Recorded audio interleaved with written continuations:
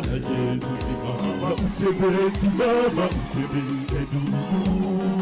Kiwete alizoea kupata riziki kwa kuomba siku kwa siku hekaluni, badala ya kupewa fedha utapewa zawadi ya thamani. Simama utembee, mipango ya Mungu zaidi ya fedha na dhahabu kwa wale wote wanaoamini. Kwa jina la Yesu simama utembee, simama utembee ndugu.